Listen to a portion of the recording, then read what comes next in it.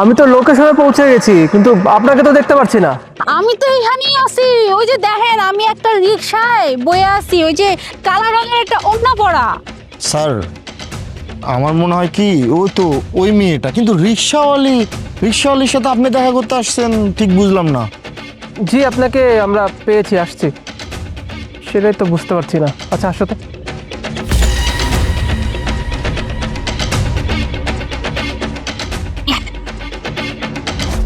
আপনি মুনা? হ, আমি তো মুনা।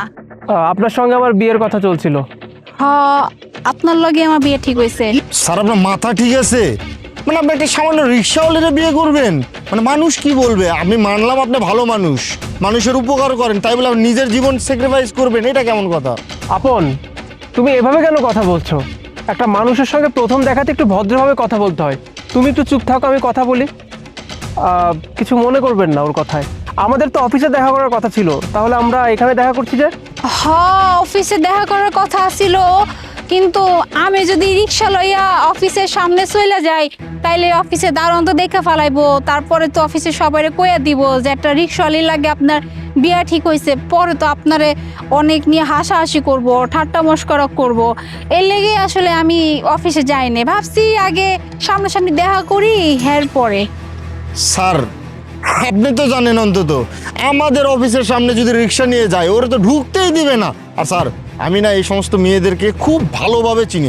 আপনাদের মতো বড় লোক মানুষ টার্গেট করবে, তাদের থেকে সিম্পাথি গেইন করে তাদের থেকে টাকা খাওয়ার ধান্দা করবে, এছাড়া কিচ্ছু না। এখনো সময় আছে, চলেন।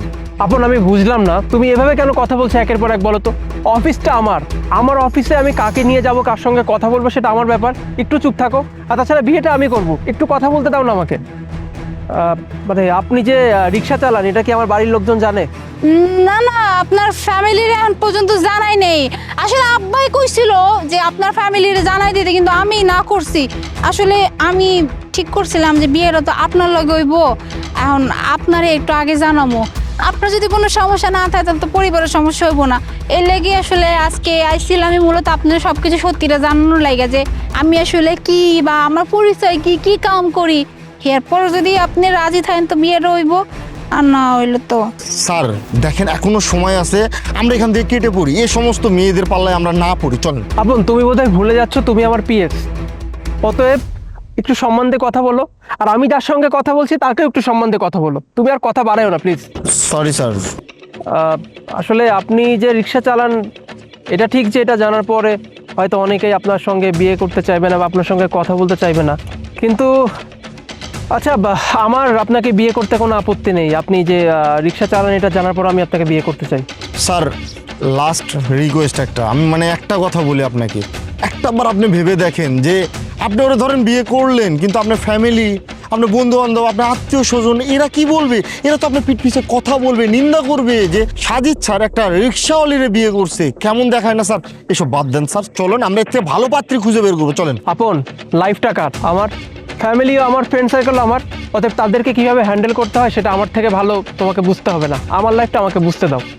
আপনি ঠিকই শুনেছেন, আমি আপনাকে বিয়ে করতে চাই, যদি আপনার আপত্তি না থাকে তাহলে।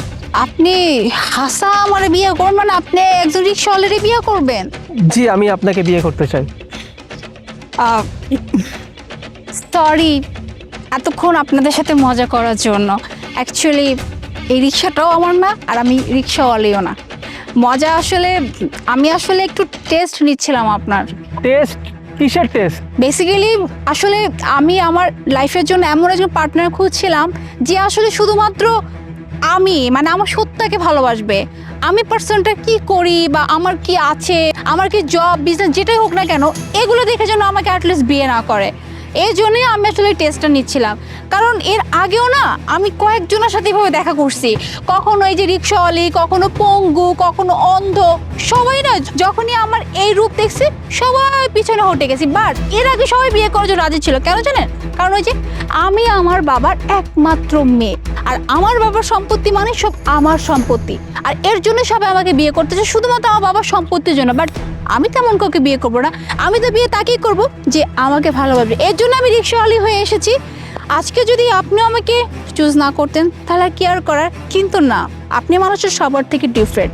আপনি জানার পরও, আপনি এত বড় বিজনেসম্যান, আপনার ফুল ফ্যামিলি বিজনেস করে, তবুও আপনি একজন রিক্সাওয়ালাকে বিয়ে করতে রাজি। সো আমি আমার পাত্র খুঁজে পেয়েছি, আমি আপনাকেই বিয়ে করব।